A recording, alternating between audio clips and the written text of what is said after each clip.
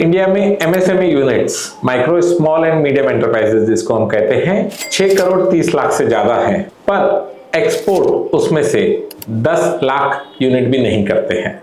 जी हाँ दोस्तों, 98% से ज्यादा लोग एक्सपोर्ट नहीं करते हैं।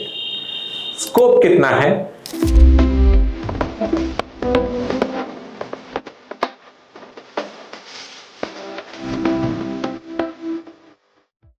तो ये हम समझेंगे आज के वीडियो में।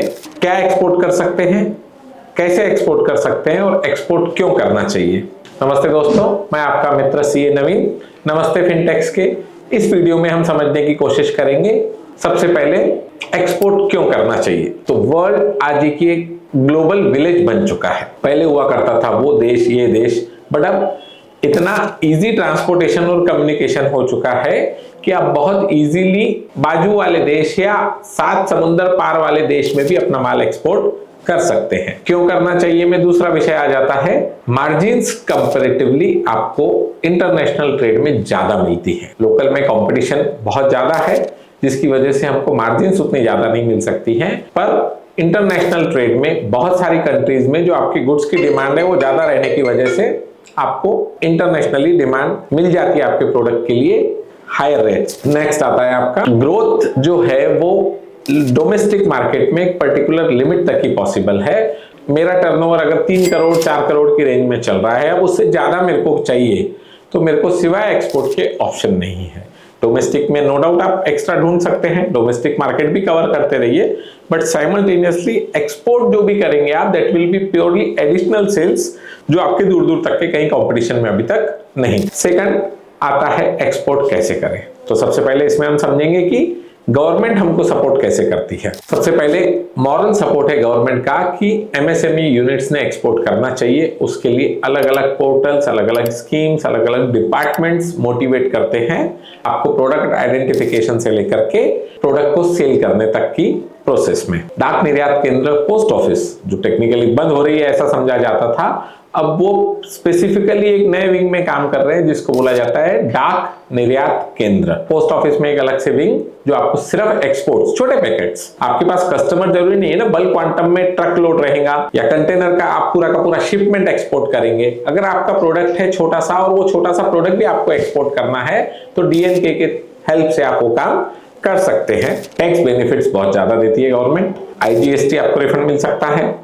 एक्सपोर्ट के इंसेंटिव्स अलग से हैं। महाराष्ट्र गवर्नमेंट की अगर बात करूं तो एक्सपोर्ट इंसेंटिव हर यूनिट के लिए है 2023 के बेंचमार्क को ध्यान में रखते हुए, और मार्केट को एक्सेस देने के लिए एपेडा, एफओआई, अलग अलग trade unions, export promotion councils आपको हेल्प करती हैं आपको मार्केट ढूंढ के देने के लिए। अब प्रश्न आता है कैसे करें। गवर्नमेंट सपोर्ट का तो हमको ध्यान में आया, कैसे करने के लिए सबसे सिंपल प्रोसेस है। Initially you have to get an IC, import export code. Import export code के पहले बेसिक रजिस्ट्रेशन है ऐसा प्रिज्यूम कर रहा हूं मैं।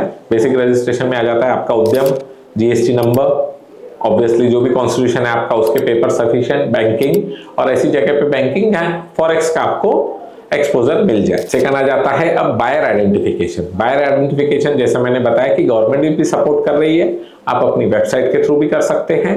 अगर बहुत छोटे क्वांटम में करना है, आपका स्मॉल स्केल प्रोडक्शन है जिसमें आप कंटेनर तो बहुत दूर की बात है, 100 केजी का भी एक टाइम पे माल नहीं दे सकते हैं।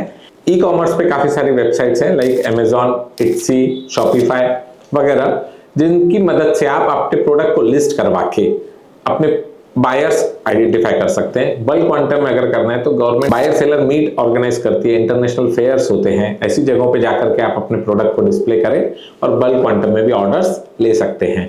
बट एमएसएमई जो छोटे यूनिट्स हैं हम जिनकी बात कर रहे हैं उनके लिए बहुत सिंपल है, ऐसी वेबसाइट से टाई अप करके अपने प्रोडक्ट को लिस्टिंग कराना और फिर उसके बाद में उसके लिए प्रोस्पेक्टिव बायर्स ढूंढना। डील होगी, उसके बाद एडवांस आएगा या फिर एलसी आएगा। और छोटे डील के केस में आप 100% एडवांस लेकर के भी काम कर सकते हैं, 50% एडवांस लेकर के भी काम कर सकते हैं। आपके यूनिट से माल निकलने के बाद पहले तक पूरा पेमेंट आ जाए, जैसे भी टर्म्स कस्टमर टू कस्टमर आपके हो सकते हैं। अगर लंबा कॉन्ट्रैक्ट होता है क्योंकि आपका प्रोडक्शन साइज कम है तो फिर आप उसको पीस मिल में भी अमाउंट ले सकते हैं। एक्सपोर्ट अल्टीमेटली करना, अगर छोटे पार्सल्स है तो जैसे गवर्नमेंट है या फिर अमेजॉन वाले भी खुद पिकअप ले लेते हैं, डायरेक्ट कस्टमर है तो डाक निर्यात केंद्र की भी आप मदद ले सकते हैं, बल्क क्वांटम है तो कस्टम हाउस एजेंट के थ्रू एक्सपोर्ट की सर्विसेज आप हायर कर सकते हैं। एक्सपोर्ट क्यों करना चाहिए हमने डिस्कस किया, कैसे करना चाहिए वो हमने थोड़ा सा डिस्कस किया। इसकी ज्यादा जानकारी के लिए आप कमेंट सेक्शन में डाल सकते हैं, स्पेसिफिक अगर आपकी कुछ क्वेरीज हैं तो। क्या करना चाहिए, ये आपका प्रोडक्ट है, आपको कॉल लेना पड़ेगा।